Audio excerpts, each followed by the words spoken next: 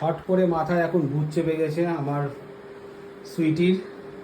কি মনে হলো হঠাৎ ওর যে দুপুর 1:30 বাজে ও নাকি পিৎজা করে খাবে। এখন জানি না।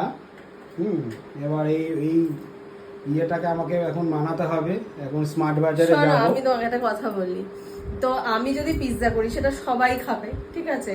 তো সেটা এখন মাথাতেই আসুক হট করে, আর যাই হোক পিৎজা তো বানাবো বানাবো করে বানানোই হচ্ছে না। এদিকে দেখছি সবাই বানাচ্ছে, আমার খেতেও ইচ্ছা করছে।